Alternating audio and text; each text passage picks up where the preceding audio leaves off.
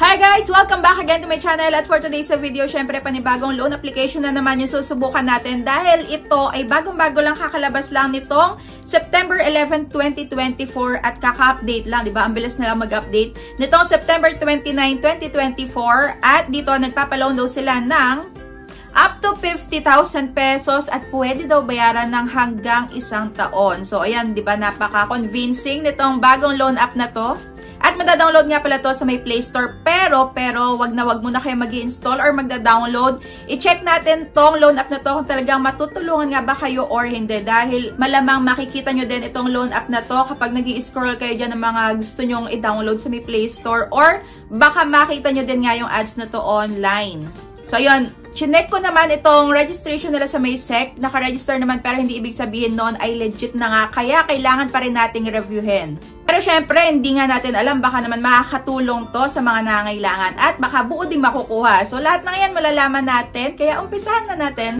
Pero syempre, kung bago ka pa lang dito sa aking YouTube channel, ay huwag mo kalimutan mag-subscribe at pindutin mo na din yung notification bell para lagi ka maging updated sa mga next uploads ko. At sumali ka na din sa aking GCash giveaway every month yan at sa aking cellphone giveaway, 2. Ayan, kung paano sumali, kailangan lagi ka lang updated sa mga ina-upload ko dito sa YouTube. At huwag mo akong kalimutang i-PM sa aking Facebook page, ayan, para maisali agad kita. At yung loan app nga na to ay may 4.8 na ratings. Ayan, utang online plus installment. So dito sa may kanilang ratings, hati yung mga nakikita ko, yung iba okay daw, pero yung iba is hindi naman. Kaya ngayon, susubukan ko na bago kayo mag-try. Ayan, make sure lang na mapanood nyo hanggang dulo para syempre malaman nyo din kung ano yung mga details na pwede nyo ditong i-share. At kung legit nga ba yung mga ino-offer nila. So, eto yung pinaka-homepage. Ayan, pwedeng magpa-loan ng 3,000 up to 50,000 pesos. At yung term is 90 up to 360 days pwede daw bayaran. Daily interest rate na 0.05%. At ayan, within 5 minutes lang daw ay malalaman na natin kung tayo ba ay naaprobahan or hindi. So, sige. So, in fairness dito, madaming ID na pamimilian. Kaso nga lang, kailangan mo pang mag-prepare ng ibang documents, pero optional lang. Kaso nga lang, may nakalagay nga dito sa may ibaba na para mas mapabilis daw ang pag-process ng application mo. Mas mataas yung chance na maaprobahan ka is kailangan mag-provide ka nga daw ng kahit isa dito. So, ito nga lang yung sasagutan natin. Basic information, identity, at optional certification. So, yung basic information, ayan, yung normal lang na mga sinasagutan ka. So, kailangan dito ng Facebook or Messenger link. O, diba, nakakaloka sa Viber. At another, backup phone number. So, ito, kailangan talaga, meron ka pang isang backup na phone number bago ka makapag-continue dito. At next naman is job information. Dito nagtaka ko kasi pagkapili ko ng, ayan, housewife, ayan, student, or unemployed, ay wala na akong iba pang sinagutan about dito sa may pinagtatrabahuhan. Kaya nag-proceed na dito sa may address information at ayan, napakakonti lang ng mga sinasagutan dito. Kaso nga lang sa may emergency contact, 5 yung hinahanap nila. O diba, sobrang bilis talaga. Kaya ayan, tapos na ako agad mag-fill up ng information. So under review na ako. Kaso lang dito, ayan, nag-antay na nga ako dito ng matagal. Umabot pa nga ng 1 araw. So take note ha, sabi dito fast. Pero ala talaga. Nakalagay kasi dito is the audit takes about 12 hours. Kaya ayun, fake news na naman yung nakalagay dito na fast daw yung kanilang loan process, yung application process. At may nakalagay nga na give a 5-star praise to increase the review pass rate. O diba, nakakaloka. Kailangan daw ay 5-star na praise. So yun, kailangan magsabi pa tayo ng mga magaganda bago tayo ma-aprubahan dito. So, ayun, hindi ako dito nag-feedback muna sa kanila. Hindi ako nag-rate muna agad sa kanila. At kinabukasan nga, ayan, tiningnan ko ulit. At naghulat ako, hindi ako na-aprobahan dito sa may utang online. Tama naman, lahat naman nasagutan ko. Pero, ayun, kahit na-provide ko na lahat ng mga hinihingi nila is hindi talaga ako pinag-loan. At take note, you can try again in 12 days pa, diba? Ang tagal. Ayan. Pero eto, i-update ko ulit kayo kung ma-aprobahan ako dito or ma-reject pa din ako. Buti na nga lang din is meron ditong delete account para in case man na ayaw nyo nang magtuloy dito sa may application nyo is pwede nyo nang i-delete.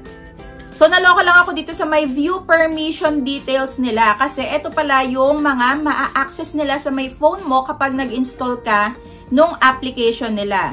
So, ako kasi bago ako mag-uninstall ng loan application is chine-check ko muna kung ano ba yung mga nakuha or na-access nila sa my phone natin. So, dito, Ayan, SMS, nakalagay dito, allows the app to read. Ayan, mababasa daw yung laman ng ating message na naka-stored nga doon sa may SIM card na ginagamit natin.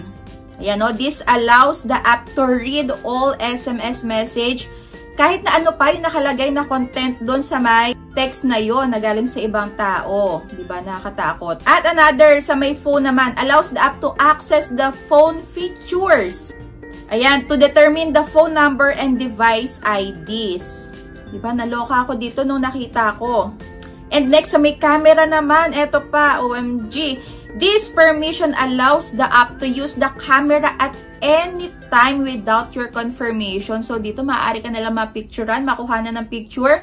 Anytime, kahit na wala mong confirmation. Diba? Nakakatakot naman pala. At eto na nga yung mga ratings ng mga nakagamit na nito. At last naman, check natin yung rating sa kanila kasi sabi ko sa inyo kanina is hati. Merong maganda, merong hindi naman. So, dito sabi niya, first time trying out this loan app. Easy to navigate. Okay naman ako talaga doon. Easy talaga siya. Kaunti lang yung mga sinasagutan.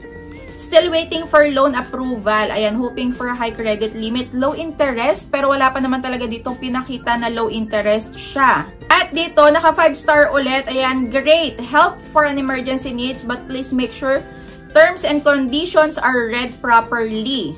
So, yun, tama yung sinabi niya. Kailangan bago kayo mag-install ng mga loan apps, kailangan nagbabasa kayo ng terms and conditions kasi dyan nga, kagaya ng lagi kong ginagawa, may nakikita nga ako dyan sa may terms and conditions na ibang pangalan ng loan app. So, dun pa lang nabibis na natin sila, di ba?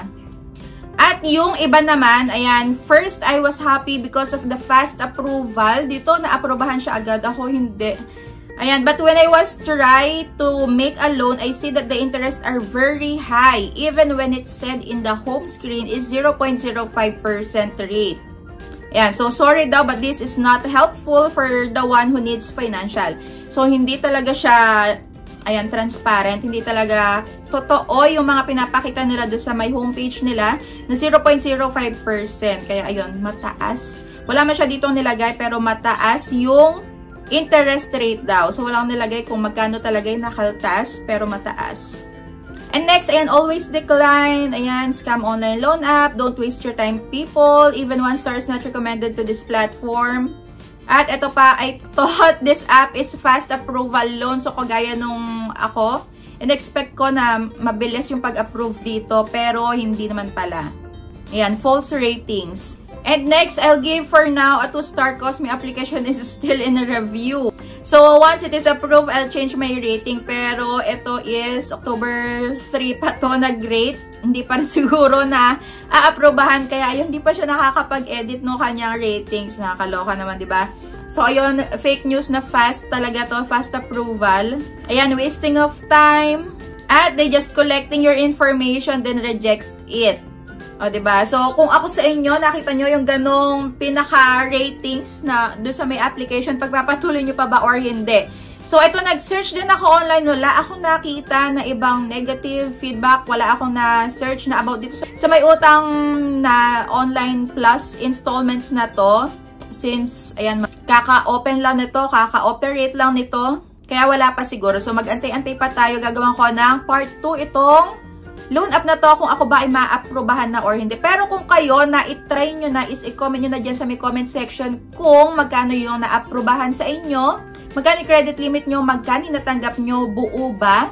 At kung, ayan, gaano kahaba talaga yung pagbabayad. Kasi ako hindi talaga ako na-aprobahan dito. Binigay ko naman lahat nung mga hinihingi nilang information pero still wala pa din. And kailangan ko pang mag-antay ng 12 days bago ako makapag-reapply sa kanila. So, yun. Basta gagawin ko to ng panibagong update. Kagaya nung sa may PXT kasi hindi ako na-aprobahan sa may PXT. Nakakaloka, diba? So, ayun lang. Kung meron pa kayong bagong loan app na ipapareview sa akin or gusto nyo malaman kung ano ba yung loan details, kung legit ba, isi-comment nyo na dyan sa may comment section at re-reviewin ko yan para sa inyo. Para hindi na kayo mag-aksaya syempre ng oras nyo sa may paglagay ng mga personal information nyo. Pero in the end, hindi naman pala talaga maaasahan. So, ayan lang. Thank you for watching and see you on my next vlog.